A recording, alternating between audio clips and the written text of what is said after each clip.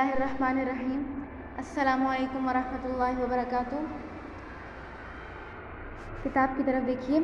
قال النبی صلی اللہ علیہ وسلم، نبی کریم صلی اللہ علیہ وسلم نے فرمایا، ان من اشد امتی لی حبا ناس، کہ بے شک میری امت میں سے مجھے محبوب ترین وہ لوگ ہیں، یکونون بعدی، جو میرے بعد ہوں گے، یود احدہم، ان میں سے ہر ایک یہ تمنا کرے گا، لو رآنی، کہ وہ مجھے دیکھ لے، بأہلہ و مالہ، اپنے اہل و عیال اور مال کے بدلے۔ اہل دیکھیے بچوں کو کہا جاتا ہے، اور کبھی بیوی اور کبھی دونوں کو بولا جاتا ہے، ٹھیک ہے۔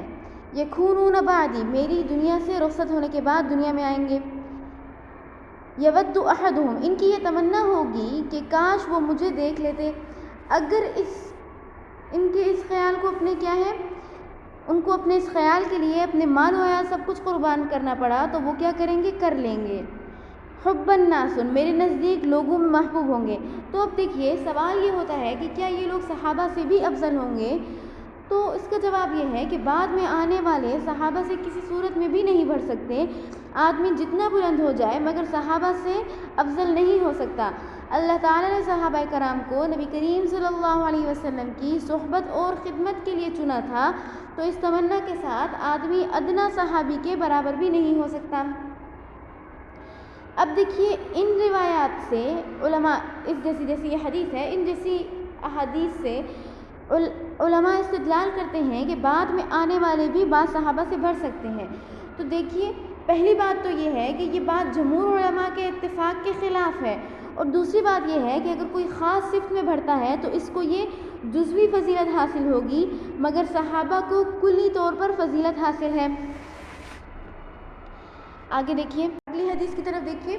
قال النبی صلی اللہ علیہ وسلم، نبی کریم صلی اللہ علیہ وسلم نے فرمایا، انہ سیکون فی آخر هذه الامة قوم، کہ ان قریب اس امت کے آخر میں ایک ایسی جماعت ہوگی، لہم مثل اجر اولہم، جن کے لیے ان کے پہلے لوگوں کی طرح کا اجر ہوگا، یامرون بالمعروف، وہ نیک کام کا حکم دیں گے، وینہون عن المنکر، اور بری باتوں سے روکیں گے، ویقاتلون اہل الفتن، اور فتنہ برپا کرنے والوں سے لڑیں گے۔ اب دیکھیے الفتن جمع ہے فتنتن کی، بمعنی آزمائش، گمراہی، رسوائی۔ اب تشریح سنیے، اگر یہ ساری امت خیر امت ہے، یعنی بہترین امت ہے، جیسا کہ اللہ تعالیٰ نے ارشاد فرمایا، کنتم خیر امت اخرجت للناس، تو اب دیکھیے اس میں واضح طور پر موجود ہے کہ تم کیا ہو، بہترین امت ہو۔ اس طرح اس امت کے پہلے لوگوں کی جو فضیلت ہے وہ بھی جو ہے کیا ہے، واضح ہے۔ تو اب دیکھیے نبی کریم صلی اللہ علیہ وسلم نے اس امت کے آخری حصے کی فضیلت اور اہمیت کو بیان فرمایا۔ تو دیکھیے اس حدیث میں عہد رسالت، یعنی جو نبی کریم صلی اللہ علیہ وسلم کا دور تھا، اور جو آج کل کا دور ہے یعنی عہد حالیہ، اس کا فرق بیان کیا گیا ہے۔ کیونکہ اس زمانے میں امر بالمعروف نہی عن المنکر کا دورہ تھا، اس لیے اس کا 10واں حصہ چھوڑنے والا بھی ہلاک تھا۔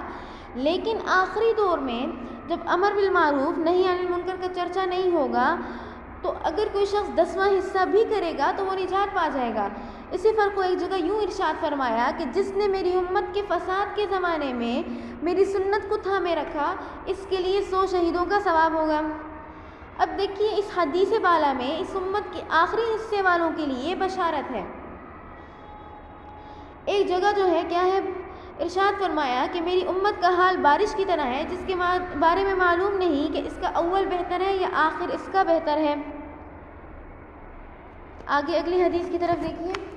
قال النبی صلی اللہ علیہ وسلم، نبی کریم صلی اللہ علیہ وسلم نے فرمایا، لَيَأْتِيَنَّ عَلَى النَّاسِ زَمَانٌ، کہ لوگوں پر ایک ایسا زمانہ آئے گا، لَا يَنْفَعُ فِيهِمْ إِلَّا الدِّينَارُ وَالدِّرْهَمُ، جس میں درہم اور دینار کے علاوہ کوئی چیز فائدہ نہیں دے گی۔ اب دیکھیے دینار اور درہم یہ دونوں سکے کا نام ہے، دینار سونے کا ہوتا ہے اور درہم چاندی کا ہوتا ہے۔ اس حدیث کے راوی یعنی اس حدیث کو روایت کرنے والے صحابی مقدام بن معدی کرب رضی اللہ تعالیٰ عنہ ہیں۔ ان کی باندی ان کے جانوروں کا دودھ بیچتی تھی اور اس سے ان کا گزارا ہوتا تھا۔ لوگوں نے حضرت مقدام رضی اللہ تعالیٰ عنہ کو طعنہ دیا کہ تم دودھ فروخت کروا کر اس کی قیمت کو کھاتے ہو، حالانکہ بہتر یہ ہے کہ دودھ مفت میں ہی فقراء مساکین کو تقسیم کر دو۔ تو دیکھیے اس حدیث پر حضرت مقدام رضی اللہ تعالیٰ نے فرمایا کہ اس میں کوئی شرعی نقصان تو نہیں ہے، نہ تو یہ حرام ہے اور نہ ہی مکروہ ہے، اور یہ میری ضرورت ہے، کسی مال کی لالچ کی بنا پر میں ایسا نہیں کرتا۔ پھر اس پر حضرت مقدام رضی اللہ تعالیٰ عنہ نے یہ حدیث ارشاد فرمائی کہ ایک زمانہ ایسا آئے گا جس کے بارے میں نبی کریم صلی اللہ علیہ وسلم نے فرمایا ہے کہ آدمی کی تمام تر کوشش مال کے جمع کرنے میں لگے گی، اور وہ سمجھیں گے کہ اس سے پریشانی دور ہوگی، مگر وہ پریشانی تو ان کے اعمال بد یعنی جو برے اعمال ہیں ان کی نحوست کی وجہ سے ہوگی، وہ مال کے جمع کرنے سے کیسے دور ہو سکتی ہے؟ جب تک کہ وہ اللہ تعالیٰ کی طرف سے متوجہ نہ ہو، وہ پریشانی ان سے دور نہ ہو سکے گی، مگر وہ ایسا نہیں کریں گے بلکہ مال کے ذریعے ہی اپنی پریشانی دور کرنے کی کوشش کریں گے۔ یہ آپ کا آج کا سبق ہے، اسے اچھے طریقے سے سمجھ لیجئے، نوٹ بھی کر لیجئے، آگے مطالعہ جاری رکھیے۔ وآخر دعوانا ان الحمد للہ رب العالمین۔ السلام علیکم ورحمۃ اللہ وبرکاتہ۔